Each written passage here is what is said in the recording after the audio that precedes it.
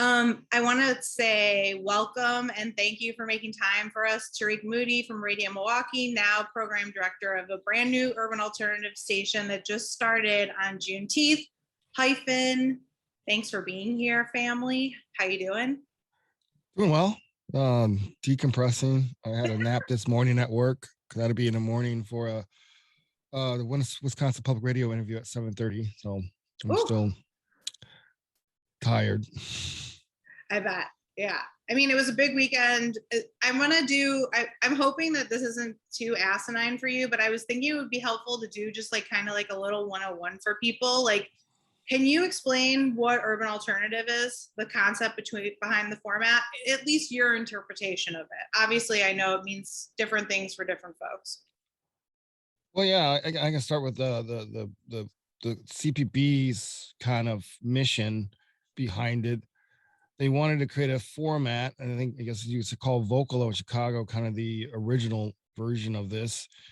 CPP saw a need or a lack of brown and black voices, people on public radio, specific music stations. Like, you call yourself public, but only stations are AAA and jazz and classical. And so they saw a need to try to reach a different audience and created this format called urban alternative.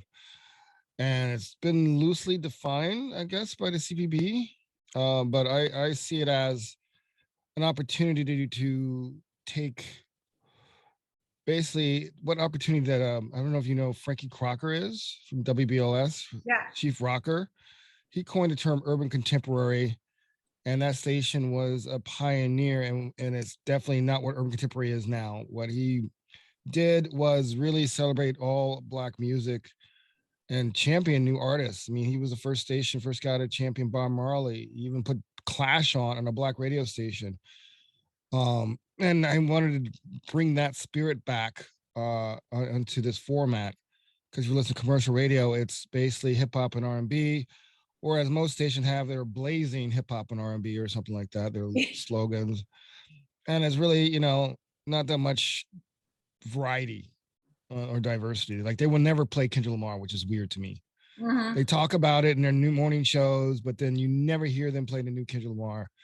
And they're all like, they're bashing Drake for doing house music and all that is like, well, to me, that's anti-black, right? I don't think they even realize what they're doing. So we want to champion like black culture and black creativity through music. So of course you can hear hip hop and R&B, but you also hear deeper cuts from artists, not only in America, from around the world, dance records, soul. We even play Buffalo Nichols, who's an amazing black artist here in Milwaukee. We just want to really try to give these artists a home that they never really had a home before. That's awesome. And genres too. So tell us about the name HYFIN, what it means. Well, hyphen on the surface level, if you think about what a hyphen is, it's kind of a grammatical tool to connect two words. And that's what we want to do. We want to connect the culture, connect the community, connect our people. And so that's where the term hyphen means. But also, in another way, a lot of people in our culture and our communities are multi-hyphenate. You've probably seen a press like Beyonce's multi-hyphenate. Our DJs are multi-hyphenate. Our board member, one of the DJ, mom, entrepreneur, and a president of a nonprofit. We all wear different hats. And it's also meant to say that our black community is not meant to be put in a box. A lot of media organizations try to put us in a big homogenous box that we all this and that's it. So we want to break that mold. Like, basically, hyphen, you can't define who we are. We're multiple kind of identities. Yeah. And like, just as far as the significance of launching on Juneteenth, obviously this is our second year where Juneteenth's a national holiday, right? Mm-hmm. So we're all there's a totally new acknowledgement of this holiday, which has actually been so important to people for years and years and years. I'm wondering, like, you guys chose to launch on that day. Was that, obviously that was intentional for a variety of reasons, but tell us a little bit more about that and what you guys did. Well, it's the symbolism of what it means. Juneteenth is, of course, when the Union Army went into Galveston, Texas, 2 years after the Emancipation Proclamation, told people they were free. And there's symbolism behind the word freedom. Like we want to show we want to guess show the kind of the beauty of the diversity of Black people on this station that you never get to see in media. We want to free us of the stereotypes, right? We want to highlight the uniqueness and the creativity and the innovation of our culture, whether it's from, whether it's in the music space, whether it's like dance music, techno, country, whatever. But that's kind of why we did it on Juneteenth. It's kind of like, here, this is our stamp. This is what we're doing. I have a slogan, and when the slogan is connecting culture, but I have an internal slogan that's basically like, HYFIN is not a radio station, it's a movement. Like the radio is just one pillar that we want to build.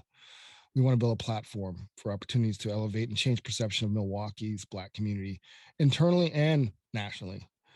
And what we did on Juneteenth, one of the things we want to do is support Black businesses, entrepreneurs, and women. So, we talk the talk, but we also walk the talk. So we collaborated with the first Black woman-owned kombucha company, compensated to create a collaborative kombucha called Hyphenated. It was based off of flavors of hibiscus and sorrel, which is traditional kind of a color for Juneteenth, red. We had a collaborative T-shirt with the Bucks where they paid for the shirts, but we had it designed by a Black designer, and it was printed by a Black-owned printing company, Cream City Print Lounge. And so we want to show that this is not just a station. We want to, show and amplify Black businesses and organizations and people who are really trying to uplift our community here in Milwaukee. Yeah. So Tarik, what is, other than the programming, and working with Black-owned businesses, like what do you see if HYFIN is a platform in a perfect world? What else are you guys touching? Like, how else are you guys touching the community? So it hasn't been, we kind of teased a little bit, but we're creating a partnership with the first Black-owned women podcast network out of DC called Live Network. She has Angel Leave as her name. She's a fellow Howard alum. She has podcasts with Tamar Braxton and several other podcasts. So we're partnering with her to carry content of hers, right? So we want to reach outside of Milwaukee, create new content. 2 is events. I am ambitiously trying to create a proper festival here in Milwaukee. We're partnering with an organization called MK Black to create an event we so far is named Blackity Black Friday, where we want to create the largest Black-owned Black Friday market in the Midwest and invite Chicago Black-owned breweries, Madison, and whoever wants to come. We want to create a whole event with food trucks and stuff. So we're starting planning for that. We want to do a kind of our own Black Gala, Met Gala. We're trying to figure out how we can do kind of a based off FCC legalities. We got to figure out, but we want to get a corporate sponsor to sponsor kind of business grants for small business, Black-owned business, to get free underwriting on both HYFIN and 88.9, our sister station. But we just got to figure out the legalities of what we can and can't do with that, because there's a lot of things. So we're trying to figure that out. I want to have a Black-owned, we're planning to hopefully get a Black-owned beer, wine, and liquor fest, highlighting that, right? But really a lot of it's involved partnerships. My goal is, a lot of people in the city are in silos. We want to be a connector, hence connecting the culture, and really amplify what people's work. We don't want to reinvent the wheel. If people are doing the work, we're here to amplify that. Right. So those are some of the things. Talked about trying to create a core B Corp, where the events and the digital aspect will be a B Corp. Hopefully we're going to talk to some people what that looks like. And then the station itself still be a nonprofit, where we can do more things without the FCC, like, breathing and CPP breathing out our necks, which we love them. Don't get me wrong. We love them. Yeah. But yeah, we want to try to do different things and try to bring different revenues and really try to take the kind of startup mentality and apply it to public media. So just in touching back with kind of like the RFP that's coming back from CPV, just so everybody knows, when we were at non-convention, we were at like the day before that actual kind of like summit started between music programmers, there was a summit of PDs and just CPV folks where they announced they were looking for RFPs for 3 new urban alternative stations. So there are officially 7 now, or I don't think the SJU is launched yet, right? They didn't end up launching on Juneteenth. Yeah, Mississippi is launching later this year. I'm not sure when, but yeah. Okay. So they're looking for more stations, more people to create stations like this that are these like connectors. And what Tarik is talking about as far as like really kind of bridging the gap between all these different businesses and organizations is kind of at the heart of what, I mean, outside of the music and stuff, it's kind of at the heart of like the point of, you know, creating these stations essentially to bring these people in a place where like maybe it didn't feel like there was space before. Is that right? Would you say? Yeah, I mean, basically, yeah, it's creating space in the public media space for the rest of the public, basically. Yeah. You know, they call it public radio, but it really was the white public they were really catering to. And, you know, and thanks to CBB recognizing that, they saw, you know, the country is becoming multicultural, you know, it's changing. I mean, we can't, if multiple wants to survive, they need to change how they do things. Right. So one of the things that I heard you having a couple of really interesting conversations at non-convention. And one was a couple different times people coming up to you and asking why urban alternative had to be its own thing. Why does urban alternative have to be its own format? How come it can't just be part of AAA? And I was really, I liked hearing you talk about this. So I'm going to ask you, even though I know the answer again, why is it important that this is its own thing? Well, AAA never really invited us in the first place, right? We were never part of it. AAA stations fought against having artists, young Black artists, brown artists, unless it fits their mold and their way. They were always scared to alienate artists, and now we do something. They want us to be part of it. We're not here for handouts. This is an opportunity to create something that an audience that's for artists and listeners who have been neglected for years by AAA. You know, they call them alternative, and no offense to XPN, and call it non-com, but non-com is only AAA. You can't call yourself non-commercial music conference when it's only AAA. I always had a problem with that. You should call it AAA conference. You know, if you're going to call you non-com, then everybody should be there.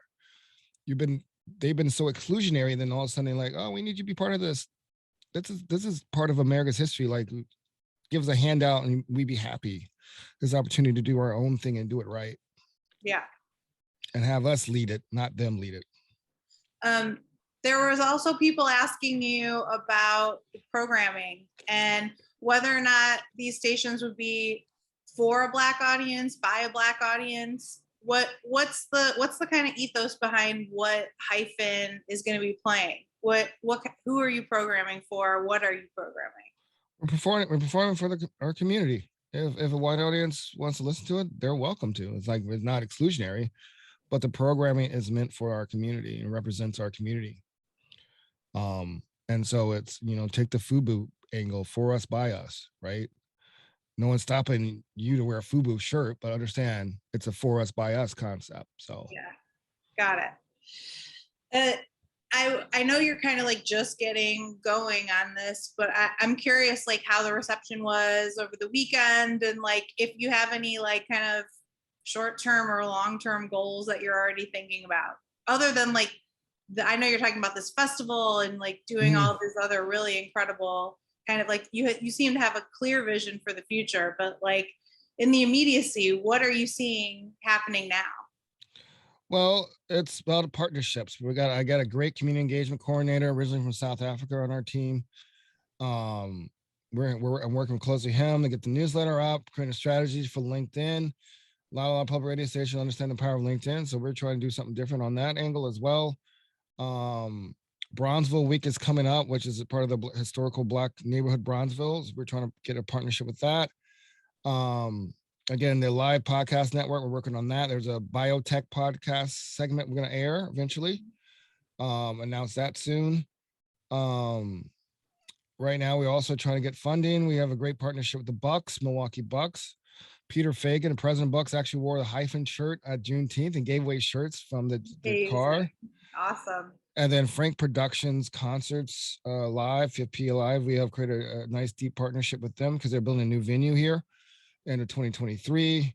we're working with them to help try to bring artists that have basically skipped Milwaukee, Black artists, but primarily for whatever reason. I know what reason it was, but try to bring these artists that have skipped this city so long, for a city that's 40% Black, 20% Latino. You feel like you're in Salt Lake City based off the entertainment that comes here. So we want to change that and reflect that differently and have a deeper partnership. So right now it's just building the relationships up, tweaking the programming, getting the app published. I built the website and the app myself. So those are some of the short-term goals right now. Also, I have an ambition goal on April 30th, next year's International Jazz Day. I'm talking to my partner startup at Super Hi-Fi about creating a new jazz station. Basically, it's not your father's or grandfather jazz station. So we're trying to create a new stream that really attracts a younger audience that I feel like a lot of these jazz stations don't even understand how to do that. So my goal is to launch another HYFIN Jazz on April 30th. My friend works for the Herbie Hancock Institute, so hopefully we can try to figure something out. That'd be amazing. I feel like that's also something that came up. Like there was like a sprinkling of jazz people at that conference, and that was definitely like a point of conversation. The fact that they don't even play Kamasi or Robert. Like, they got these young artists in UK killing it right now, attracting young audiences to jazz shows, and they're getting money grants to do that, and they're not doing it. Mm-hmm. So I'm going to do it without the grant, and hopefully they give me the money afterwards. So. I want to open it up to questions. If you guys want to put a hand up or put a note in the chat, we can come back around. But while you're thinking, while you're marinating, what's like the most helpful thing that a listener, an ally, a friend can do to, support HYFIN right now? Spread the word. I mean, it's all about awareness. That's the biggest thing right now. We're digitally first, even though in HD, but it's about spreading the word, I'm really proud of the music. It's gotten a lot of great feedbacks from the music we're playing. Is like no one's ever heard anything like this, at least in a city, in this kind of format. Even within the format, like what we're doing is very unique and different. So just let people know, tell them to stream and listen. That's the biggest thing right now. Anybody else have any questions or commentation for Tarik before we go? Jeep, you want to go first? Sure. Tarik, are you all looking to like package and syndicate shows from HYFIN to help spread the word, or is that like something that's a little farther up the road? Well, Rhythm Lab Radio, which is my show, is on HYFIN now, which is already syndicated. So that is open for syndication as of now. I know we're in 8 cities right now for Rhythm Lab Radio. So that's the only show that we're syndicating that's now on HYFIN and our sister station 88.9. Okay, but there are no plans to create other shows to syndicate at the moment? Not yet, no. Sure. Right now we're just trying to get our feet under the ground and tweak the programming, get my jocks all comfortable in their settings. I know I'm planning to do I got a friend who's a Black sommelier in Chicago. We're working on a special little mini wine and music podcast that will air. I don't know when, but hopefully we'll get that done before the end of summer. But that's the only thing, original content right now. Like hopefully anything original and built, we'd probably start in early 2023 as far as content. Right now, it's just me learning the programming system and really tweaking the programming to a way I feel like it needs to be before we do anything else new. Cool. What are the best assets to be able to share around to spread the word? Well, the website is the biggest one. Just hyphen.org, HYFIN.org is the biggest one. There'll be links for the app and all that. So the website is the biggest, our little calling card right there. So the app will be hopefully done this week. Got it in late. Thanks. Mm-hmm. Anyone else? Brian? I was just going to ask, what does the staff look like at HYFIN right now? Like how many people are on board? On my team dedicated to HYFIN, it's me, DJ Brewer, who's our community engagement coordinator, Element, who is our on-air host, prime on-air host and brand ambassador. Then we have Andrew Foster, who is our other on-air host from 12 to 3 p.m. which again, other than me, all our on her starts in July 4th. I'm on there now, just 9 to midnight right now, just me. But that's it. That's our team. We're hopefully going to get a production manager and a dedicated underwriter next year. Production manager hopefully this year sometime. I'm like to raise money for our own storyteller producer dedicated to HYFIN, but that's wait till we get all the rest of the pieces in place, then we'll go after our dedicated storyteller. Cool, thanks. Mm-hmm. Yo, I got one for you, man. I gotta ask you, talking point wise, because you're the man with the gift of gab. How do you handle discussions or the commentary, perhaps even if they won't approach you, since that's how it often is, regarding the fact that you've created what could be perceived as an exclusive entity or business entity out of the necessity of creating an inclusive one, because the entity that typically would offer these things is actually perceivably exclusive? You mean our sister station? I mean, whatever one it is. Yeah. There's usually more than one. That was my beef with this. Our initial mission was to be what we are now, what HYFIN is. And people who came from traditional radio, got scared and went back to their old way habits.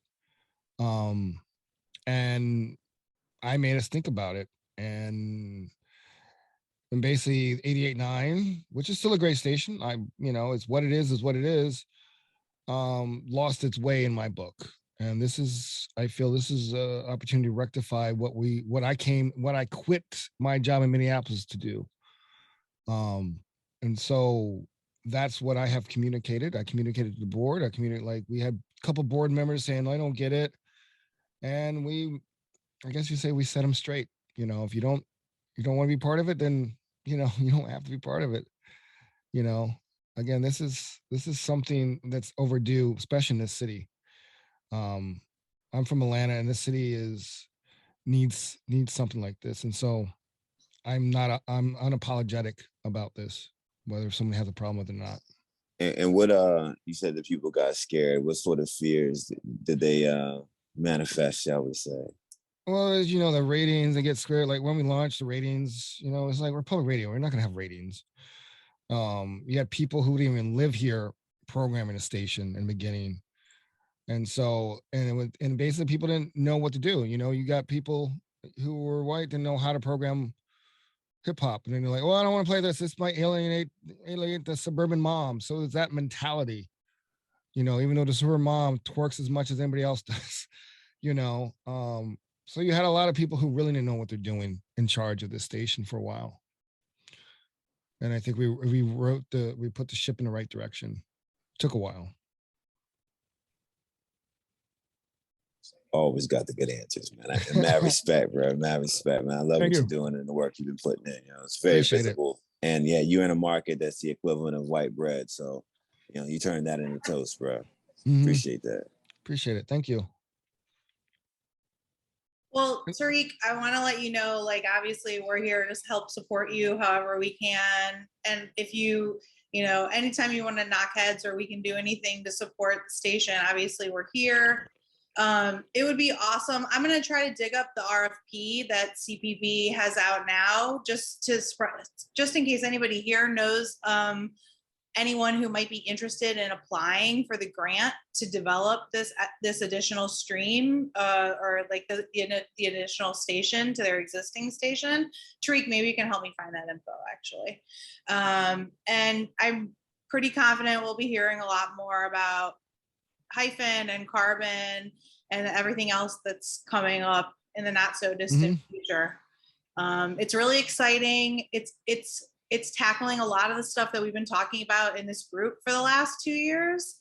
So let all your friends know, and just anything we can do to kind of strengthen numbers, rally behind these folks, and keep pushing it forward. And one goal I want to do is really develop a chart and really bring these artists who don't have a home, Black radio or AAA, and really bring kind of there's so many amazing artists, Black artists doing amazing things in different genres. And we want to figure out how we make sure we give them a home and a place they can because I think they probably given up on radio. So I want them not to give up on radio and say, hey, we're here for you now. So love it. Well, thank you guys for making time. I'm going to stop the recording, but as obviously, and you can look for this recording and more information, obviously hyphin.org, HYFIN.org, fairplayallday.com. We'll have a bunch more info for you, and, you know, keep watching us on the gram for updates on all fronts.